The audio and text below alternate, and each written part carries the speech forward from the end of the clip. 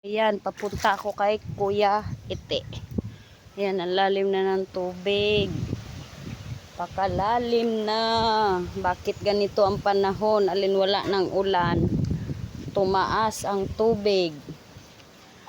Ayan, pumasok na ila Kuya Ite, oh.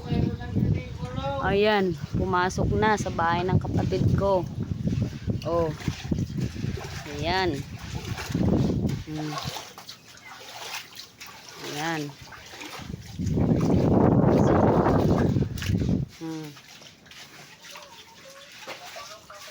Oh, ayan. Ang CR. Tubig na. Ayan. Ito yung ano nila, mataas hindi abutin.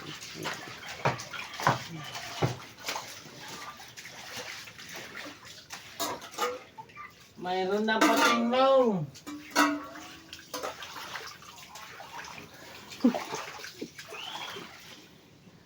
Berbelaw, gaya na patinglaw.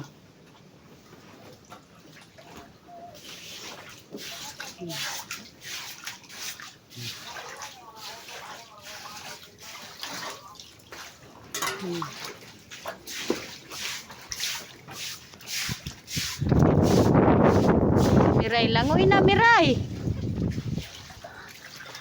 Langoy na. Ayan, ang lalim. Ayun pa. Tawa ka. Lalim. Ayan pa, oh. Nako. Ayan. Yan, nila mama. Ang lalim. Ay, bayag. Nako, mabitawan ko tong cellphone. Ayan. Yung baha. Ayan. Hindi, ipopost ko to.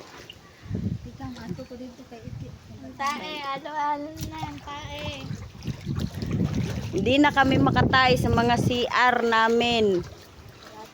Barado na. Ayan.